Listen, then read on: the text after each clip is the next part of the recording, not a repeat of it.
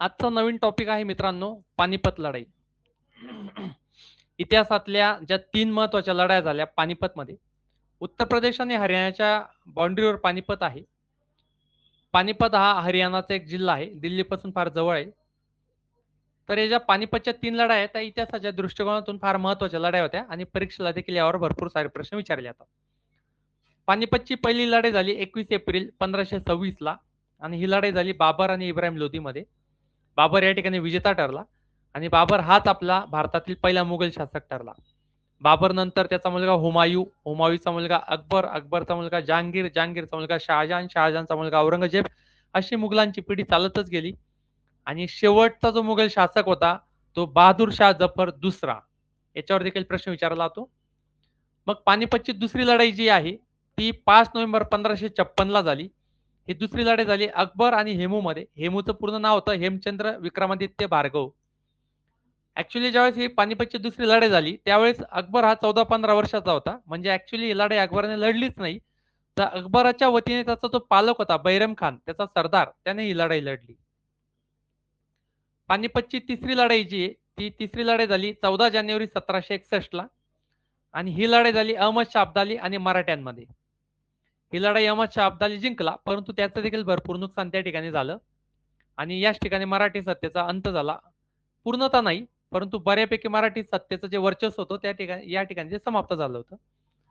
मराठ्यांच्या वतीने नानासाहेब पेशवे म्हणजेच बाळाजी बाजीराव यांचा मोठा मुलगा जो होता तो सदाशिवराव विश्वासराव आणि त्यांचा चुलत भाऊ सदाशिवराव हे त्या ठिकाणी लढले.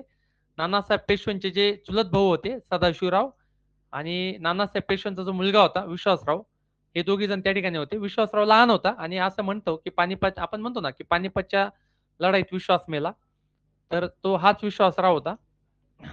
आणि हा अहमद शाह अब्दाली याकरता भारतात आला होता की नजीब खान जो होता त्याने त्याला बोलवलं होतं. नजीब खानने काय केलं, दत्ताजी शिंदे पेशव्यांचा जो सेनापती होता पंजाब साईडला, तर दत्ताजी शिंदेची पितुरीने हत्या केली होती आणि सरळ सरळ मराठ्यांना म्हणजेच पेशव्यांना चॅलेंज होतं. तिकडून नजीब खानने अहमद शाह अब्दालीला बोलवलं. इकडून दत्ताजी शिंदे मारल्या गेल्यामुळे मराठ्यांना तिथं जाणं भाग होतं आणि अहमद शाह अब्दाली याला दिल्लीवर आक्रमण करण्यासाठी नजीब खानने आमंत्रण दिलं होतं आणि मराठा आणि अहमद शाह अब्दाली यांच्यात ते युद्ध झालं. या युद्धामध्ये सदाशिवराव भाऊ आणि विश्वासराव हे दोघी त्या ठिकाणी शहीद झाले, मृत्युमुखी पडले. तर असेच टॉपिक बघण्यासाठी आपल्या नाशिक अकॅडमी चॅनलला सबस्क्राईब करायचं आहे, बेल आयकॉनला प्रेस करायचं आहे. दिल्लीचा पहिला मुघल सम्राट कोण होता? तर दिल्लीचा पहिला मुघल सम्राट जो होता तो होता बाबर. असेच प्रश्न आपण तुमच्यासाठी घेऊन येतच असतो. बाबर जो होता ना तो बापाकडून तैमूरचा वंशज होता आणि आईकडून चंगेज खानचा वंशज होता. चंगेज खानने पण भरपूर लढाया लढल्या. चंगेज खानने असं म्हटलं होतं की जगातली 1/3 लोकसंख्या चंगेज खानने संपवून टाकली होती. फार क्रूर शासक तो त्या ठिकाणी होता आणि दिल्लीचा शेवटचा मुघल सम्राट होता बहादूर शाह जफर दुसरा.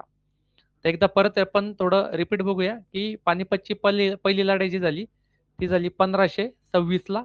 हे साल लक्षात ठेवायचे. पानिपतची दुसरी लढाई झाली 1556 ला, हे पण लक्षात ठेवायचं आहे.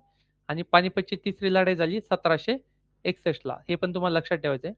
तर असेच व्हिडिओ बघण्यासाठी नाशिक अकॅडमी चॅनल सबस्क्राईब करा, बेल आयकॉनला प्रेस करा आणि आपला व्हिडिओ तुमच्या मित्रांना जे अभ्यास करतात त्यांना देखील शेअर करा. Thank you so much.